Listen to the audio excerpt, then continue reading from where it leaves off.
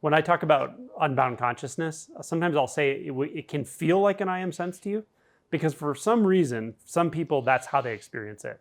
And one of the reasons is that they expected it to feel like that based on what they read before or whatever. But I'm pretty convinced that some people, that's not what it was. They actually experience it as like this pure, unbound sense of I am, of I.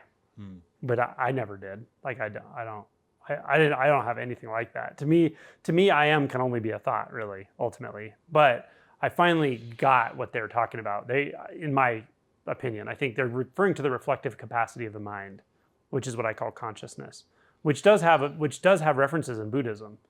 They refer to it like Buddha referred to it as.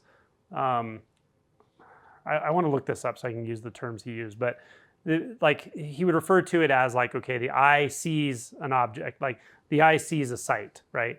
But the eye is unreliable and the sight's unreliable, so that experience of consciousness is unreliable, right? He's pointing to the truth that the reflective nature of the thought of consciousness is always distorting. By nature, it's distorting. But when identity shifts from some kind of like psychological identity or some thought-based identity to something that feels far more free than that, what I think happens is there's still identity, that the identity structure is still functioning, but it's functioning as consciousness. That's all I think that's happening. And it's not deconstructed yet. When it requires non-dual realization to deconstruct, then it is very obvious that there is no collating sense of I am, no self. There's appearance, and then you can investigate like the phenomenon specifically, like one sound, one sensation, to see is there something summating all experience, or is there just that raw appearance, not in time, not in space, and that's what you find. So from there, it's pretty hard to believe in an I or an I am or an I sense.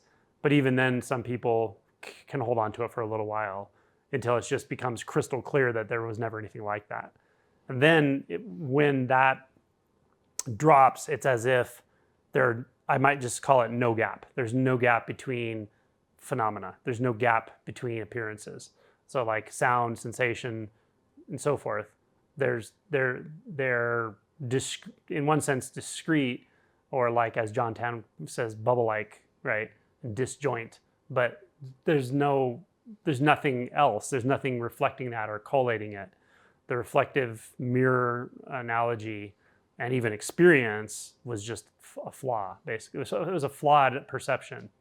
It was perception, actually. Perception is what goes away there. So the I am sense and the description and experience of I am has to do with the expectation and perception of that person initially.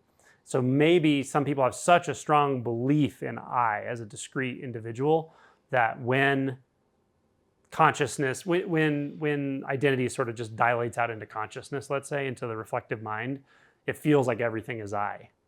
But the I is still pretty prominent, right? Now, for others, like I've met people who I don't think really have gone through an awakening as such, but they don't have a very strong sense of I. They don't have a very strong sense of self to begin with. And I'm sure of that. So I think it varies quite a bit depending on who you talk to.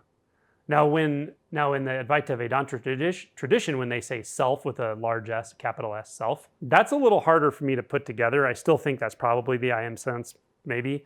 But I think they even use that in muddy ways, because like Nisargadatta clearly said, if you regress properly, the I am thought will disappear, which is very, very clearly true.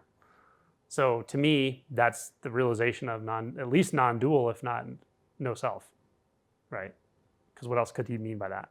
Sometimes people argue unnecessarily about this stuff because we're talking about very, very subtle things. So to me, a lot of this stuff ends up being you're arguing about doctrine, and there are definitely deeply realized people in all walks of life, including people who probably would never talk about any of this stuff. So some of it doesn't matter that much.